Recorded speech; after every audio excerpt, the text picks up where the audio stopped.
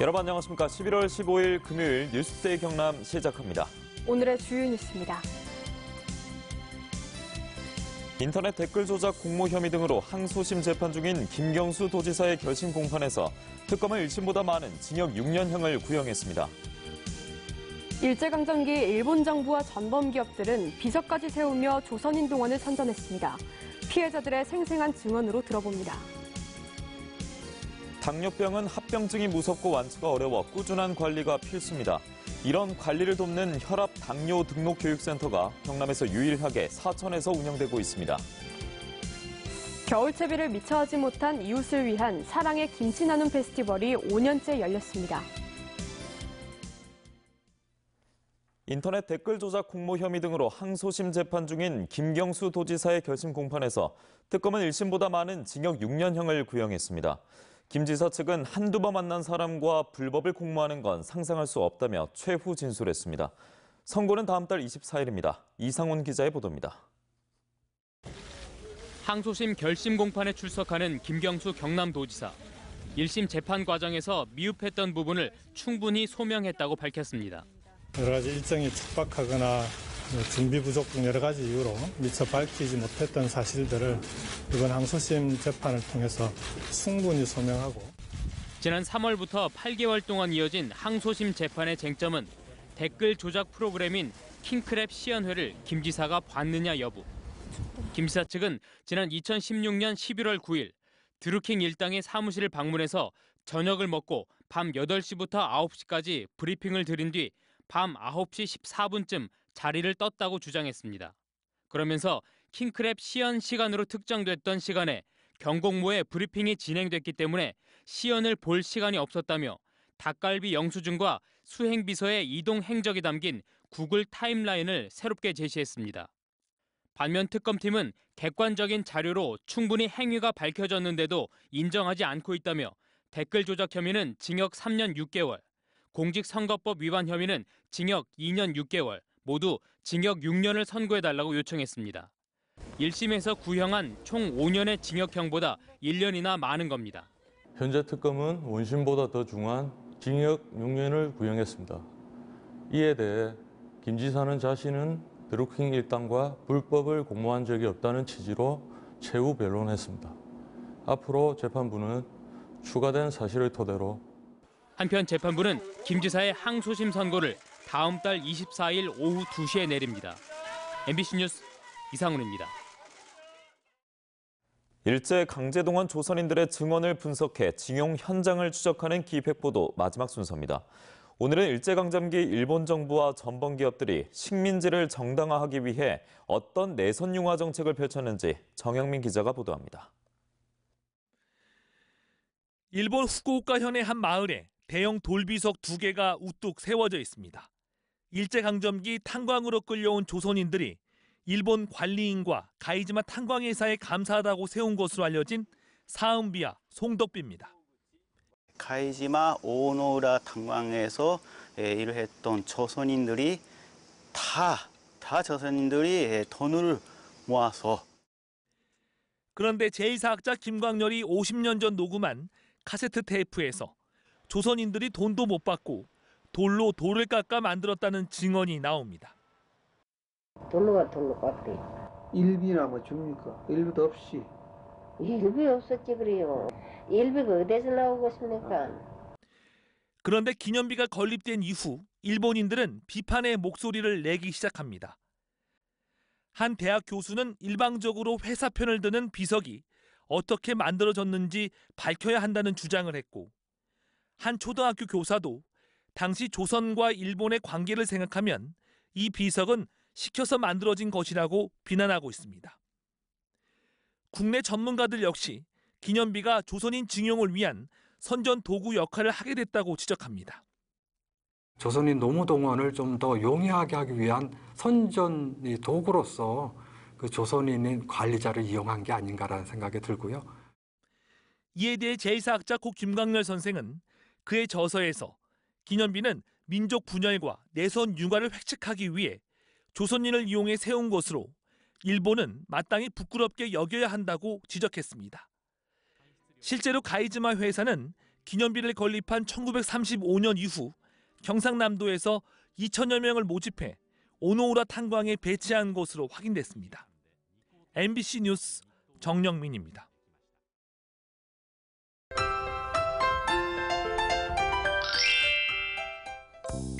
오늘은 올 가을 들어 가장 낮은 기온을 보이겠습니다.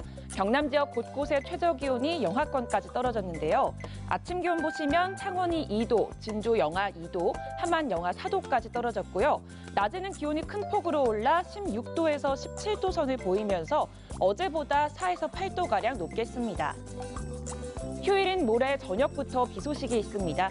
이 비는 경남 서부 지역에서부터 시작해 밤에 전 지역으로 확대되겠는데요. 비의 양은 5mm 미만으로 많지 않겠습니다. 위성 영상 보시면 오늘 막다가 오후부터 구름 많아지겠습니다. 공기질은 깨끗할 것으로 예상됩니다. 오늘 아침 기온이 크게 떨어지면서 일교차도 큽니다. 아침 기온부터 보시면 밀양 영하 2도, 양산 0도에서 시작하고요. 낮에는 밀양 16도, 창녕 17도까지 오르겠습니다. 서부 지역 보시면 거창 영하 3도, 산청 영하 2도에서 시작합니다. 낮에는 거창 15도, 합천 17도까지 오르겠습니다. 바다의 물결은 최고 3m까지 높게 일겠습니다. 주말인 내일 맑은 날씨가 예상되며 기온은 다시 올라 평년 기온을 웃돌겠습니다. 날씨 정보였습니다. 어젠 세계보건기구가 정한 세계 당뇨병의 날이었습니다. 당뇨병은 합병증이 무섭고 완치도 어려워서 지속적인 관리가 필요한데요. 이런 관리를 돕는 혈압당뇨 등록교육센터가 경남에선 유일하게 사천에서 운영되고 있습니다. 김태석 기자입니다. 사천에 사는 72살 이주실 씨가 집에서 당뇨병 자가진단을 하고 있습니다. 정상 수치임을 확인하고 진단 수첩에 적어 넣습니다. 과거 육식과 술을 좋아해 혈압과 당뇨 수치가 높았던 이 씨는 요즘 생활 습관을 완전히 바꿨습니다. 잡곡과 채소 위주로 식단을 짜서 규칙적으로 식사를 하고 매일 2시간 이상 운동도 합니다. 혈압약까지 끊을 정도로 회복한 것은 고혈압 당뇨병 등록교육센터 덕분으로 이젠 그 전도사 역할을 하고 있습니다. 열심히 하고 있으니까 이제 좀 몸이 좀 좋아진 것 같습니다. 보건소 고당등록센터 제가 홍보를 많이 합니다. 사천시 보건소가 고혈압 당뇨병 등록관리사업 7주년 성과 보고회를 열고 있습니다. 전국 21개 가운데 하나, 경남에선 유일한 이 센터에 등록하면 혈당 측정기를 무료로 빌려주고 신장 합병증 검사에 10,000원을 지원하며 약이 떨어지기 전에 전화로 알려주기도 합니다. 고당센터에 등록을 하면 1만 원짜리 이런 쿠폰을 받아 의원에서 안저검사도 받을 수 있습니다.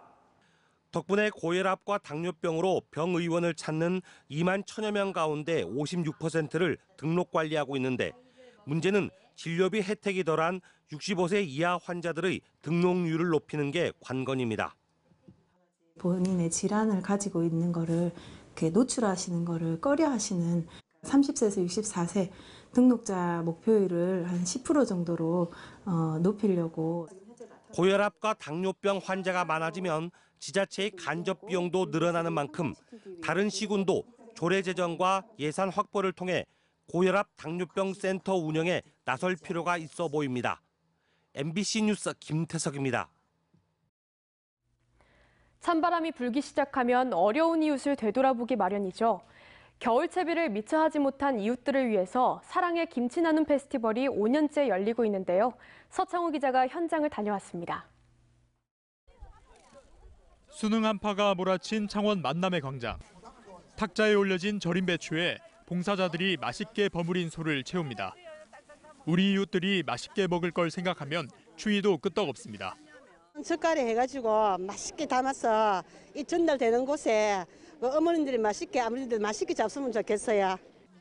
봉사자 가운데는 어려운 이웃을 생각해 해마다 빠짐없이 참가한 이들도 있습니다. 노련한 손놀림으로 금세 먹음직스러운 김치가 탄생합니다. 이렇게 와서 김장하는 것도 20년 전부터 지금 계속하고 있고 우리 가족이 먹는다 생각하고 좋은 마음으로 항상 이렇게 봉사하고 있습니다. 이렇게 정성껏 담은 김치들을 한편에선 깔끔하게 포장합니다. 김치 서너 포기를 담은 상자를 들고 봉사단이 직접 어려운 이웃을 찾아갑니다. 올해 88살로 창원에 홀로 지내는 한 어르신께 정성껏 마련한 김장김치를 전합니다. 오늘 우리가 그 김장 나는 걸 이렇게 가져왔습니다. 그래서 좀 드시라고 하니까 맛있게 드시고. 벌써 5년째 이어지고 있는 사랑의 김치 나눔 페스티벌. 올해도 국제라이온스와 국제로터리, 현대위아, 바르게 살기 경남도 협의회와 한마음병원 등 20여 개 단체가 참여했습니다. 2,000명이 넘는 봉사자들은 오늘까지 사랑의 김치 9,600여 포기를 담급니다. 봉사자들이 담은 김장김치는 독거노인과 저소득층 등 1,500여 가구에 전달됩니다. MBC 뉴스 서창호입니다. 국토교통부가 남부 내륙 고속철도의 타당성 조사 및 기본계획 수립 용역을 맡을 업체를 선정하고 노선과 정거장 배치 등을 결정하는 작업에 들어갔습니다. 110억 원을 투입하는 이번 용역은 내년 11월까지 1년 동안 진행하며 이후 기본 실시 설계를 거쳐 2022년 착공할 예정입니다. 남부 내륙 고속철도는 4조 7천억 원을 투입해 경북 김천에서 거제까지 172km의 노선과 역을 건설하는 대규모 사업입니다. 경남도 내 미분양 주택수가 전국 미분양 주택수의 23%로 가장 많은 것으로 나타나면서 경상남도가 주택 공급과 수요 조절 역할에 적극 나서야 한다는 지적이 나왔습니다. 강민국 도의회 건설소방위원장은 경남도 행정사무감사에서 경남 인구는 계속 줄고 있고 경기도 어려운데 최근 3년간 주택 건축 승인은 4만 가구에 달한다며 경남도의 주택 수급 정책이 주먹구구라고 질타했습니다. 이에 경상남도는 김경수 도지사 주재로 한국토지주택공사와 주택산업연구원, 대한주택건설협회 등 전문가와 회의를 여는 등 해소 대책 마련에 나섰습니다. 계속해서 투데이 경남 소식입니다. 2019 산청군 4H연합회 한마음 홈커밍데이 행사가 오늘과 내일 산청군 한방자연휴양림에서 열립니다. 사천시 농산물 산지유통센터 준공식이 오늘 오후 사천시 곤명농협에서 펼쳐집니다. 2019년도 통영어업인 위령제가 오늘 오전 통영시 수산과학관에서 봉행됩니다.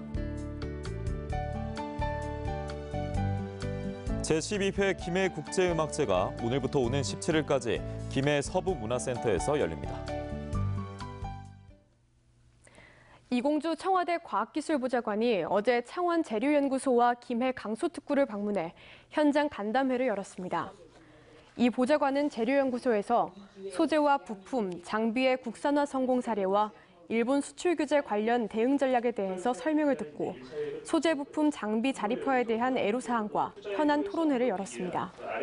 또 김해 의생명 의료기기 강소특구를 찾아 입주기업체를 둘러봤으며 김해시와 기업체 관계자들은 강소특구 육성을 위한 정부의 적극적인 지원과 관심을 당부했습니다. 경상남도가 지역별 맞춤형 공모 사업으로 청년 친화도시 조성 사업을 시행합니다. 도는 내년부터 4개 시군을 청년 친화도시로 정하고 2022년까지 도비 등 104억 원을 들여 청년 친화 정책을 추진합니다. 이 사업은 청년의 참여 활동과 생활 안정, 능력 개발 같은 사업이 포함되며 오는 25일까지 시군에서 신청을 받아 선정합니다.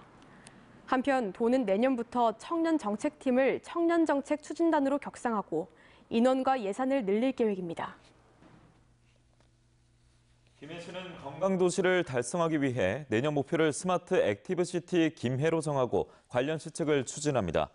시는 이를 위해 지역 내 걷기 동아리를 활성화하고 지역 곳곳에 계단 이용 표지를 설치해 걷기 문화를 확산할 예정입니다. 또 전문가로 구성된 건강도시 추진단을 꾸려 지속 가능한 정책 수립에 필요한 자료 수집과 전략을 개발해 실행에 옮길 계획입니다. 진주시와 한국산업기술시험원, 경상대, 경남과기대가 2021년까지 초소형 위성 2기를 개발하는 데 상호 협력한다는 내용의 업무 협약을 맺었습니다. 이 사업은 한국산업기술시험원 우주부품시험센터 주관으로 14억 원을 투입해 초소형 위성 2기를 개발하고 FM 위성을 발사하는 것을 목표로 하고 있으며 진주시는 발사에 성공하면 국내 최초로 인공위성을 보유하는 지자체가 됩니다. 하동군과 경남 독립운동연구소가 발굴해 정부에 포상을 신청한 독립운동가 김승탁 선생을 포함한 6명이 모레 순국선열의 날을 맞아서 서운을 받습니다. 하동 독립선언서에 서명한 김승탁 선생은 건국 포장을, 이원태, 양봉원, 강명순, 최한원, 김용상 선생은 대통령 표창을 받습니다. 하동구는 3.1운동 100주년 기념사업으로 미발굴 미포상 독립유공자를 찾기 위해서 국가기록원과 읍면사무소의 문서고를 전수조사했습니다. 성소수자들을 포함한 경남 퀴어문화축제 조직위원회가 어제 창원 광장에서 기자회견을 열고 오는 30일 창원에서 퀴어문화축제를 열겠다고 밝혔습니다. 이들은 축제 반대 세력이 지난 9월 중순부터 2달 동안 창원 내 거의 모든 곳에 집회 신고를 해서 이른바 알박기 집회를 하고 있지만 행진을 무사히 완주할 것이며 이들에 대해서 법적 조치도 밟을 것이라고 덧붙였습니다. 현대중공업이 대우조선해양과의 기업 결합 본심사 신청서를 유럽연합 EU 집행위원회에 냈습니다. 일본과 함께 기업 결합 심사 열세를 진 것으로 알려진 EU는 이에 따라 일반 심사와 심층 심사 2단계로 나눠 합병 후 독과점 가능성 부분 등에 대해 심사를 하고 다음 달 일반 심사 결과를 발표할 것으로 보입니다. 한편 현대중공업은 지난 7월 우리나라 공정거래위원회를 시작으로 8월 카자흐스탄과 9월 싱가포르에 각각 기업 결합 심사 신청서를 제출해 지난달 카자흐스탄에서 첫 승인을 받았습니다. 경상남도가 오늘부터 내년 3월 15일까지 사람 중심 겨울철 자연재난 종합대책을 추진합니다. 도는 올해 대설특보 전중 후 안전점검 활동을 전개하고 점검 방식을 개선하는 등 인명피해 예방을 최우선으로 안전관리를 강화합니다. 또 제설 차량 이동 시간을 줄이기 위해 제설 전진기지 25곳을 운영하고 주요 제설 취약 구간에 자동 염수 분사 장치를 더 설치하는가 하면 한파 취약계층을 위해 한파 대응 전담팀도 운영합니다. 이상으로 오늘 뉴스데이 경남 마치겠습니다. 함께해 주신 여러분 고맙습니다.